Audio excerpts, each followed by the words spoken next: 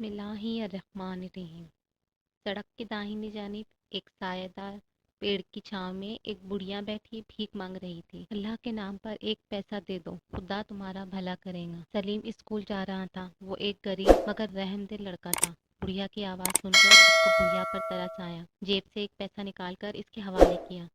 بڑھیا نے پیسہ لے کر جھولی میں ڈال لیا اور سلیم کو دعائیں دینے لگی۔ خدا تمہارا بھلا کرے، تمہاری ہر خواہش پوری ہو۔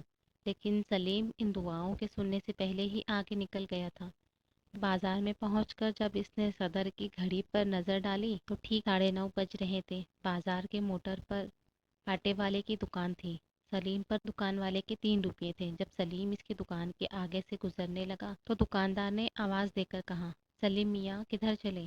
ذرا میری بات بھی سن لو۔ سلیم رک گیا اور دکان پر جا کر کہنے لگا، معاف کیجیے، میں ذرا اسکول جا رہا تھا۔ آپ کو کیا کام ہے؟ دکاندار کہنے لگا، بھیا ہمارے 3 روپے ہمیں دے دو، ہم تو تمہارے ساتھ لین دین کرنے سے باز آئے۔ 6 ماہ ہو گئے تم 3 روپے ادا نہ کر سکے۔ سلیم کو یہ سن کر بڑی شرم محسوس ہوئی۔ سوچنے لگا کہ اگر آج روپے پاس ہوتے تو یہ الفاظ کیوں سننا پڑتے۔ یوں ہی غیر ارادی طور پر اس کا ہاتھ جیب میں چلا گیا اور جب باہر نکالا تو چاندی کے 3 سکے اس کی ہتھیلی پر چمک رہے تھے۔ سلیم نے حیرت بھری نظروں سے ان کو دیکھا اور پھر 3 روپے دکاندار کی جانب بڑھا دیے۔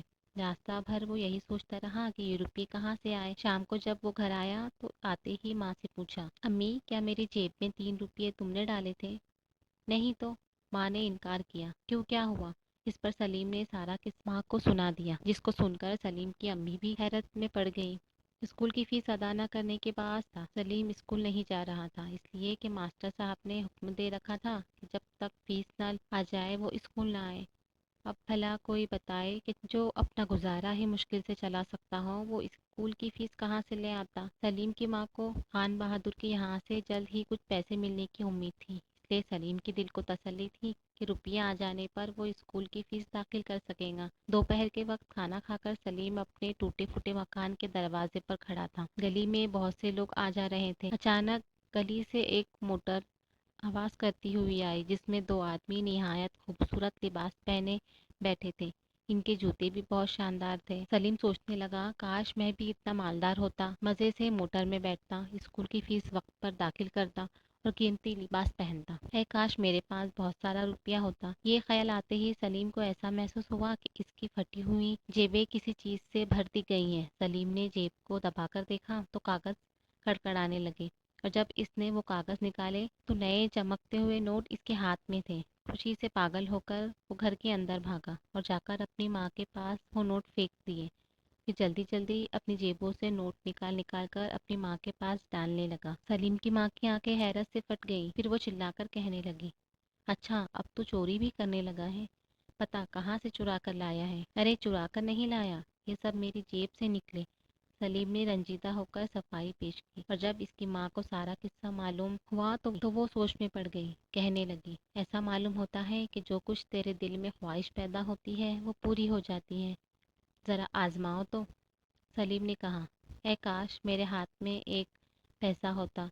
اور جب سلیم نے مٹھی کھولی تو اس کی ہتھیلی پر ایک پیسہ نظر آیا۔ سلیم اور اس کی ماں یہ سب دیکھتے ہوئے بہت ہی زیادہ خوش ہوئے۔ وہ اب امیر آدمیوں کی طرح قیمتی کپڑے پہنتا تھا، سواری کے لیے موٹر کاریں موجود تھی، رہنے کے لیے ایک خوشنما بنگلہ تھا۔ مگر یہ نہ سمجھیے کہ اس نے سارا روپیہ اپنے عیش و آرام کے لیے ہی خرچ کر ڈالا۔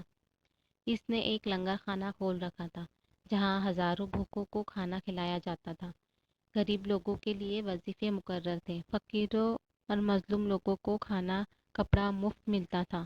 ایک شفا خانہ قائم کر دیا تھا جہاں ہر وہ مریض جو کسی طرح اپنے لیے دوا نہ خرید سکتا تھا دوا حاصل کر سکتا تھا، اور ان سب کاموں کے لیے لاکھوں روپے خرچ ہوتے تھے۔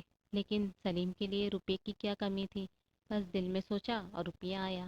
ایک دن جب وہ شام کی چہل قدمی کے بعد اپنے بنگلے میں واپس آ رہا تھا، اس نے ایک بہت ہی گندی بڑھیا کو سڑک کے کنارے بیٹھا دیکھا، جس کے پاس ایک میلی کچیلی گٹری رکھی تھی اور وہ مدد کے لیے لوگوں کو پکار رہی تھی۔ لیکن لوگ اپنے آپ کام میں مصروف گزر رہے تھے۔ بڑھیا کی آواز پر کسی نے دھیان نہ دیا۔ سلیم رک گیا اور بڑھیا کے پاس جا کر پوچھنے لگا، کیوں مائی، تم کیا چاہتی ہو؟ بڑھیا نے احسان مندانہ نظروں سے سلیم کو دیکھا اور کہنے لگی،